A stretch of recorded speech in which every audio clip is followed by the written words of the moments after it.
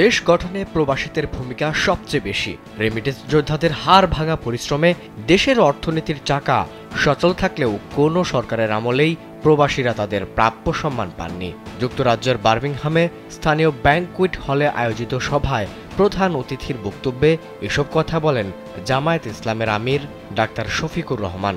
বক্তব্যের শুরুতে তিনি বাংলাদেশের বর্তমান পরিস্থিতি ও সাম্প্রতিক বিভিন্ন ইস্যু নিয়ে নেতাকর্মীদের বিভিন্ন প্রশ্নের উত্তর দেন। তিনি বলেন, জামায়াত ক্ষমতায় গেলে প্রবাসীদের উন্নয়নের নানা পদক্ষেপ নেবেন তারা। পাশাপাশি দেশে প্রবাসীদের বিনিয়োগের জন্য উপযুক্ত পরিবেশ সৃষ্টির আশ্বাস দেন জামায়াত আমির। একই সঙ্গে দেশের ন্যায় ও ইনসাফ ভিত্তিক সমাজ বিনির্মাণে প্রবাসীদের সর্বাত্মক সহযোগিতাও কামনা করেন তিনি। এবার ব্যাংকও আপনার হাতের মুঠোয়। Balance transfer, mobile recharge, bill pay থেকে শুরু করে যা চান সব হবে এক মুহূর্তে। NRBC planet. স্বৈরাচার সরকারের হাতে জামায়াতে ইসলামের সবচেয়ে বেশি নির্যাতিত হয়েছে দাবি করে জামায়াত আমির তাদের 11 জন শীর্ষ নেতার বিচারিক হত্যার প্রতিবাদ জানান। এ সময় প্রবাসীদের উদ্দেশ্যে জামায়াত আমির বলেন, জামায়াতের কোনো ভুল দেখলে শুদ্ধ করে দেওয়ার চেষ্টা করবেন। সবার সহযোগিতায় দিনের পথে চলা অনেক সহজ হয়ে যাবে।